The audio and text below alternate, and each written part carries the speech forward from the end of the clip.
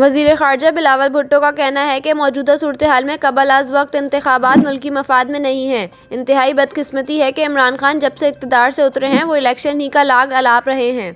अमरीकी टीवी को इंटरव्यू देते हुए बिलावल भुट्टो ने कहा कि इमरान खान के बिला जवाज़ एहतजाज से मुल्क को नुकसान पहुँच रहा है। मौजूदा सूरत-ए-हाल में क़ब्ल अज़ वक्त इंतख़ाबात मुल्की मफ़ाद में नहीं हैं।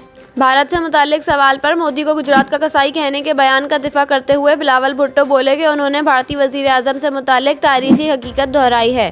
उन्होंने मज़ीद कहा कि पाकिस्तान को सैलाब के बाद बहाली के लिए आलमी बरादरी के ताउन की ज़रूरत है। सैलाब से पाकिस्तान में बड़े पैमाने पर तबाही हुई है। वाज़ेह रहे कि वज़ीर ख़ारजा बिलावल भुट्टो ज़रदारी वाशिंगटन पहुँच गए हैं। वो मंगल को मुकामी थिंक टैंक से ख़िताब भी करेंगे।